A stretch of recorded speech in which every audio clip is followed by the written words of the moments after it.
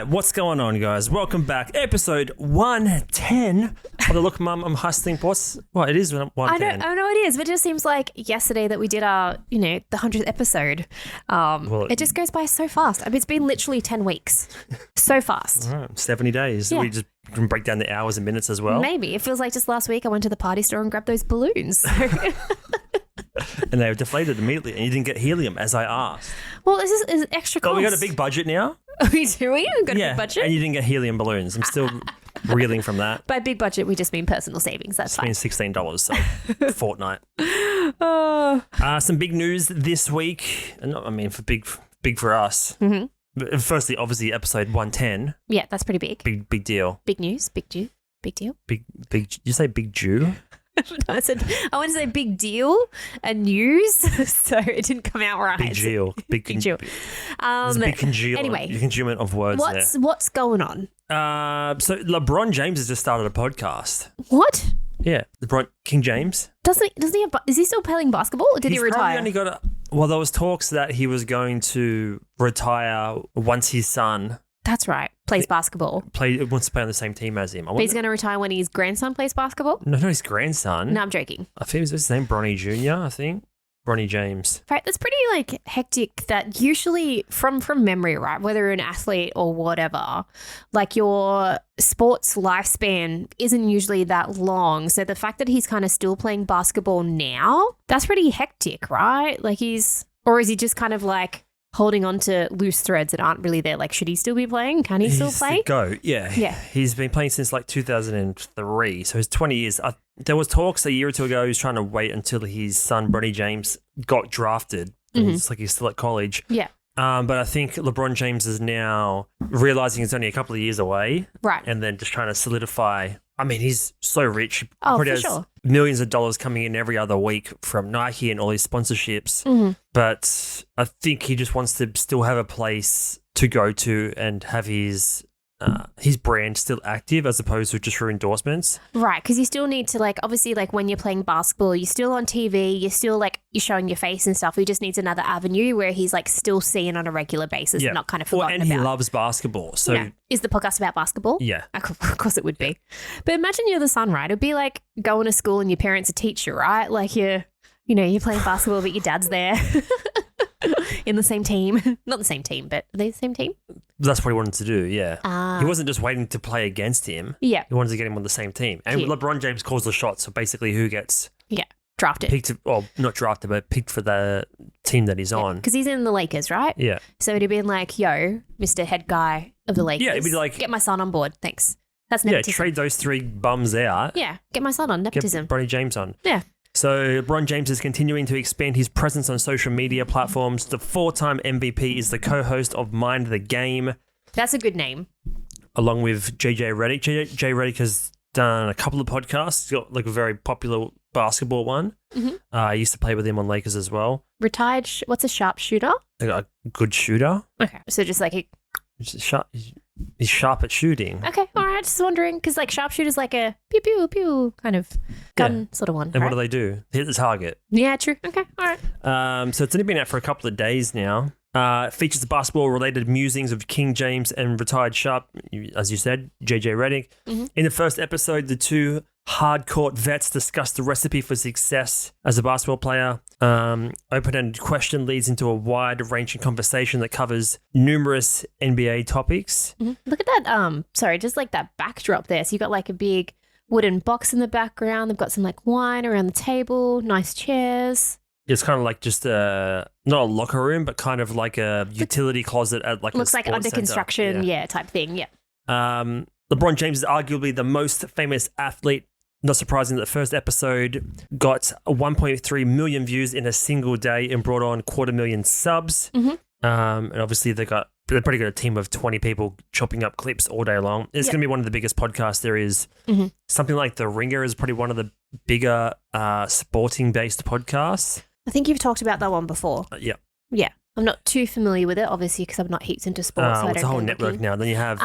yes. I think some the YouTube videos. Pat McAfee. Yeah. Has recently got basically... He's a really famous podcast. I believe is Super Bowl champion NFL player, and that he's basically on ESPN now. Gotcha. So like ESPN have their own like podcasting network. Oh, he just got signed by them, basically. Fair enough. And this is going to be up there. If you love basketball, it's if you don't want to hear LeBron James talking about basketball. Oh, yeah. Week. That would be the, like, whatever it is, whatever space you're into, right? Like, you'd want, like, the lead top dog at the moment talking about it. By teaming up with Reddit, James is showing that his legendary awareness extends far beyond basketball court. He's paying attention to the formats that are driving product innovations and brand deals on platforms like YouTube. Don't expect James to limit his digital media ventures to a single podcast. He's also indicated his interest in video game streaming, whether it be YouTube, Twitch, or Kick. And a recent deal between Lakers and Logan Paul's Prime Hydration has led to rumors that the two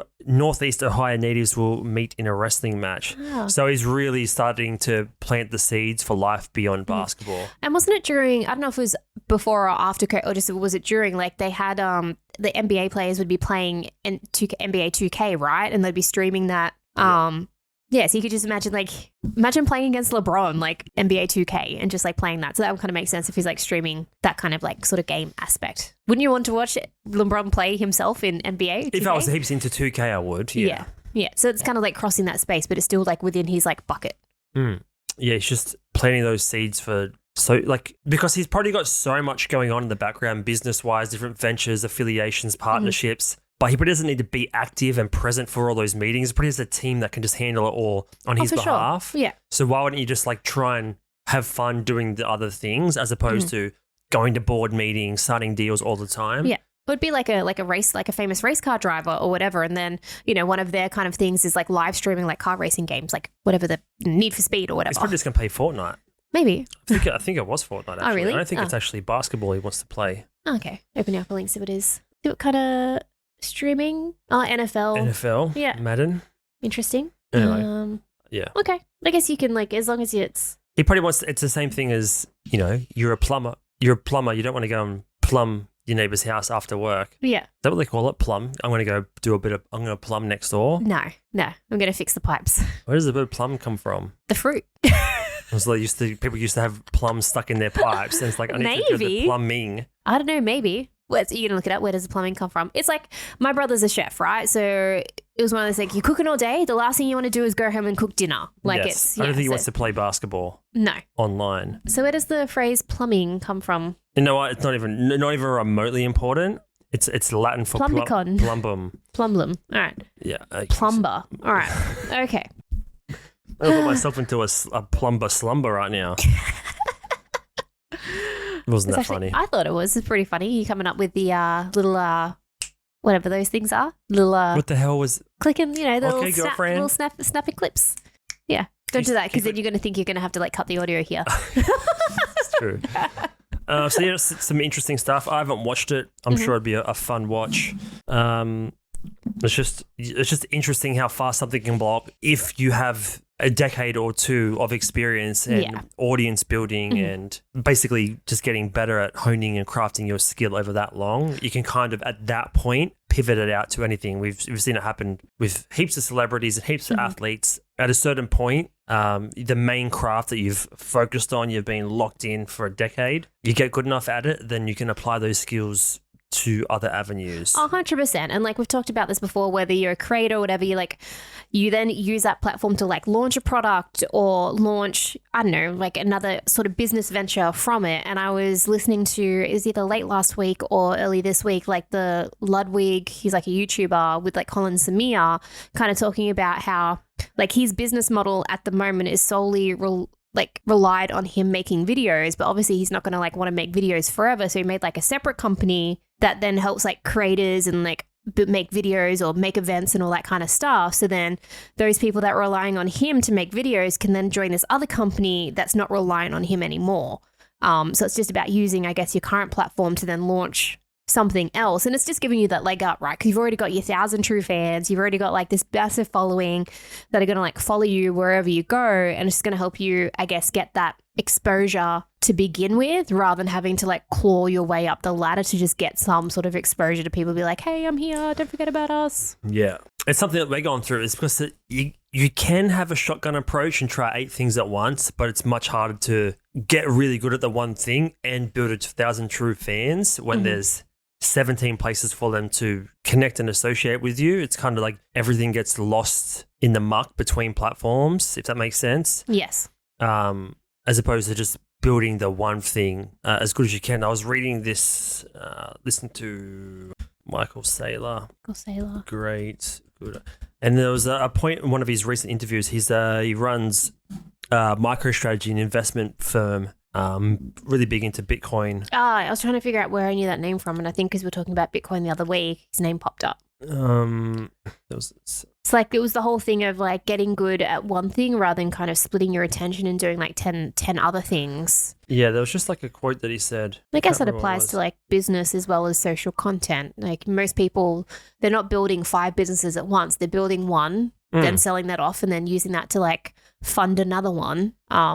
So it basically says, I don't regret any bad ideas that I pursued. I regret all the good ideas I pursued because they were dilutive or they diluted the great ideas. I'll play a bit of the video here to make a bit of context. Keep making a profit while you grow the thing. Then even if you're the best in the world now, you won't be the best in the world in a decade. You'll get squeezed out by somebody else. So I think when you look at all these businesses, the standard of, can I come up with something cool to build? That's very low. I can come up with 100,000 good ideas. A bunch of good ideas versus one good one, like one great one, and just going all in. Can I be the best in the world at it? I don't know. I mean, I won't know until I've done it for 3 to 5 years. And then can I grow it continuously against the person that is the best in the world at it, right? The decision to compete is the decision to be the best in the world continuously forever at a profit at something. Okay, that when you think about it that way, it gives you laser eyes, right? It gives you focus because you realize that it's like you can go into any city in the world and start a restaurant. Can you make money? You'll know in 36 months. Will you be there in 100 years? Will you be there in a decade? Right? That's very hard. It's probably 10,000 times harder than the first stage of just launching the thing or doing the thing.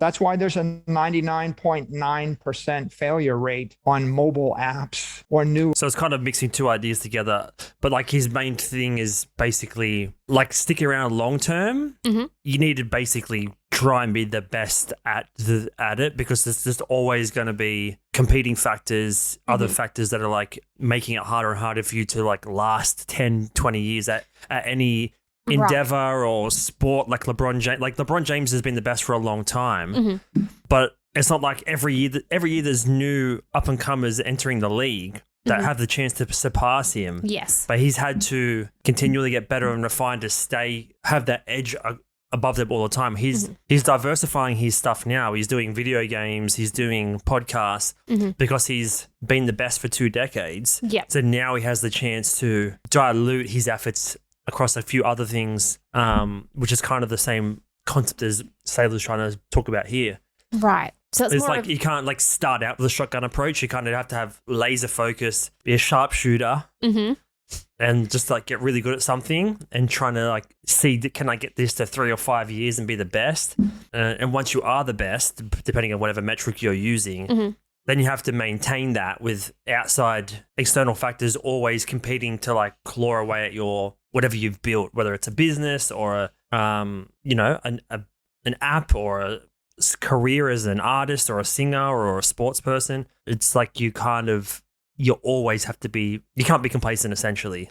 Yeah, like that makes sense, like staying power and stuff, because obviously it's easy to, like there's heaps of processes and like structure to follow to like get something started, right? But it's like that staying power and that longevity, that's like the hard part, because like it, you can search or whatever it is, if it was, through ChatGPT or whatever it is, like it's going to tell you how to start a business, it's going to tell you how to like train to be an athlete, it's going to tell you all how to get there, but it's then once you get there, it's about keeping that number one spot. It's like starting is actually the lowest barrier to entry. Yes. Longevity is is the harder part. And people don't think about that. But like he's saying, so many businesses fail, and it can be because you don't put all your effort into the one thing and you're diluting your efforts across 5 or 6 things. And it's something that we deal with all the time. Like, are we doing too much? And it's clear you just got to like grind it out for a bit to see, is it feasible? Can this, like he was saying, can this restaurant last 10 years, it's gonna take you 2 to 3 years to figure out and realize if it can or if it can't, and what it's gonna take to continue going.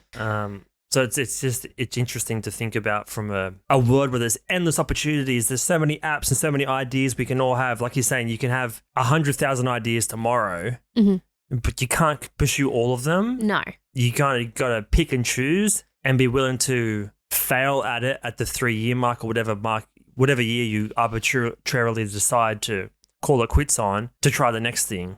But trying to do 6 things at once means you never get that initial 1,000 true fans or 1,000 true customers or whatever it is, because they can see you're only putting 10% into 10 different things. Yeah, well, we talked about being like laser focused, right? So if you have like, and I think we talked about this like off camera and stuff, but like if you have like a bunch of spinning plates, your attention is going to be so focused on every single plate that's spinning, and it's only going to get like half your attention to stop it all from like falling or crumbling. Like, but if you had just one spinning plate, all your attention, all your focus can be on that one, and it's going to be easier for it not to fail because you don't have anything else distracting you. Yeah. And there's a bunch of other problems that come with that. It's the FOMO in the back of your mind, knowing I'm spinning this one plate and there's 4 others that I can potentially start spinning. And I want to do them, because if I don't, then I'm going to have fear of missing out of doing those other things. But you kind of got to wash that away and like just come back to that at a later stage almost. Yeah. And I guess if you had some time to think about it, like if you're still thinking about it 2 or 3 years down the track, you know it's something that you really want to do. But if you've like forgotten about it, obviously you didn't care that much, or you're not that passionate about it. Is it worth putting 10% into it now, or waiting till a point where your main thing is almost self-sustainable, or you have a team to support it? So then you can put 40% into it in 3 years' time. It's just an interesting dilemma, and it's really just a dilemma that's centered around the world of abundance and opportunity that we live in now. It's a first world problem. Yeah, 100%. It's really just kind of crazy. Yeah, it is. Like we're like handicapped and like a prisoner to opportunity. It's pretty crazy. That's a good book title, Prisoner of Opportunity. Prisoner to Opportunity or of Opportunity? Of Opportunity. Okay, yeah, because you have like, and that can tie into anything, right? Like whether it's something as simple as streaming services, you've got so many options that you just become like locked in and you just can't do anything yet. Well, we only got one option here for getting our focus right, and that's Magic Mind. These are becoming pretty good, to be honest. There's no other competitors, to be honest. We've had a bunch of different shots from the local supermarket. They're usually to do with like gut health and cleansing and stuff like that. But these are the only ones that I've ever seen that are based around having, reducing stress and having more mental clarity and stuff like that. Yeah. And well, they're called the productivity shot for a reason. Yeah, exactly. It's more than just like a juice gut health kind of shot. I mean, it still does those helpful kind of things, but it is also equally as much for the brain, right? Yes, 100%. That's due to things like matcha, cordyceps mushrooms, lion mane mushroom, L-theanine, got a bunch of B vitamins in there. We drink too much coffee. We've probably mentioned it a dozen times. So many times. To the point where it's probably becoming a problem. I guarantee if we went to the doctors, they might be like, lay off the coffee a little bit. So something like this helps still give you that energy, like consistent flow of being focused on different tasks and things, but without the edge and the crash that inevitably comes from having a coffee. 100%. And I really like this because I think I'm a little bit better with my coffee consumption than you are. So I like to drink a little bit less. I used to have like a 3 p.m. kind of cutoff for coffee. Now mine's midday. I don't really like to have it past midday.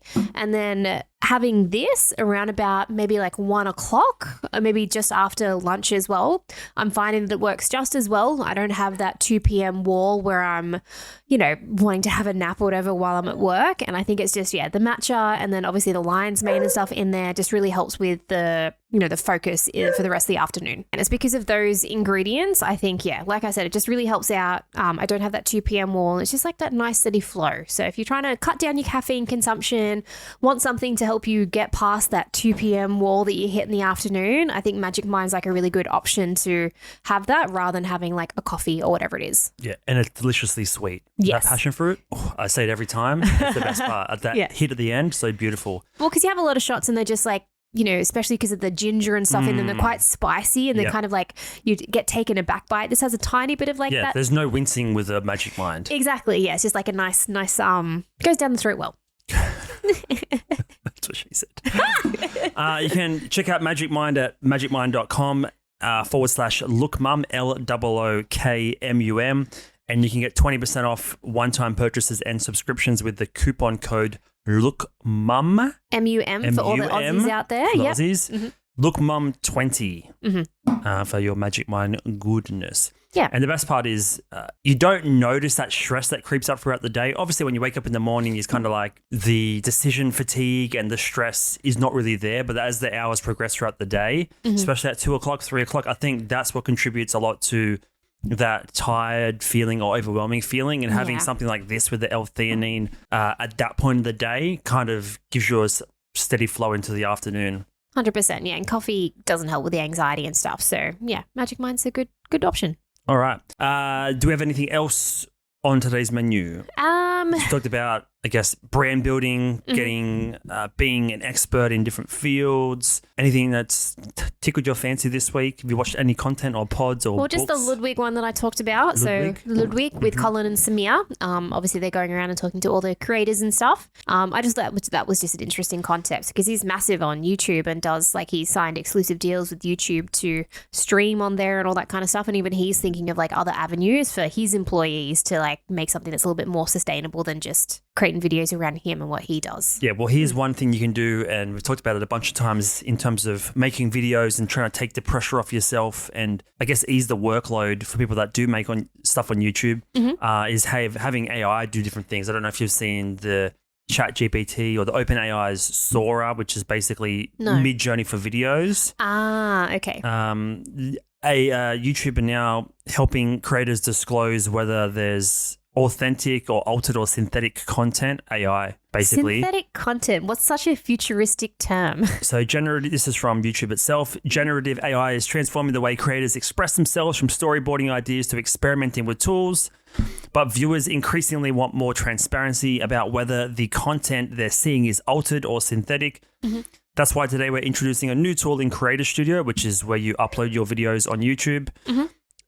Requiring creators to disclose to viewers when realistic content is made with altered or synthetic media, including generative AI. So basically, during the upload process for creators, it gives you the option to share with the people that are going to consume your content, whether or not your video does in fact feature AI created images or videos. It's the same as when you see a paid promo or paid post on Instagram.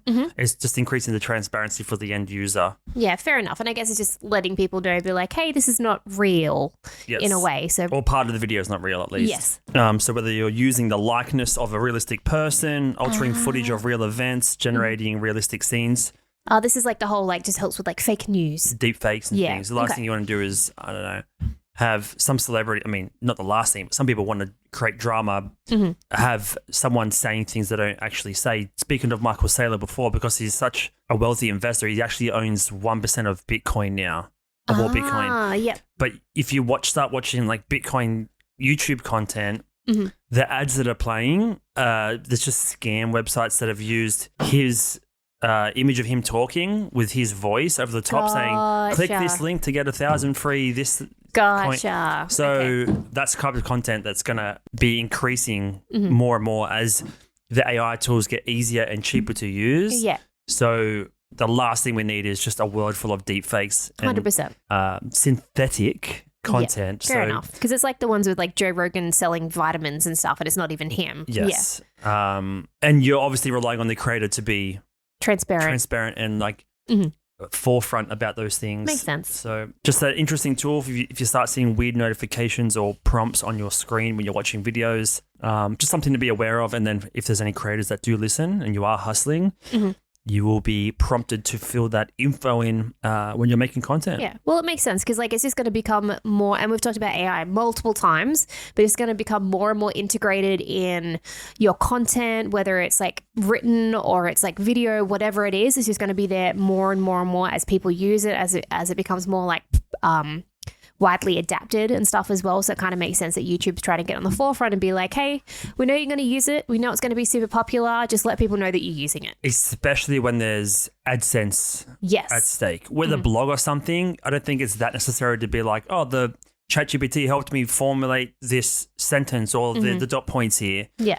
Because you generally don't make any or much money from a blog. But when there's AdSense online and companies are running ads on your video and then the video they're watching is completely fake, it's probably like a lot of pressure from advertisers and things like that involved. Yeah, 100%. Like they just want to know what it is that they're sponsoring, essentially, I guess. Yeah. All right. Well, you guys can sponsor us purely by just clicking the watch button next week.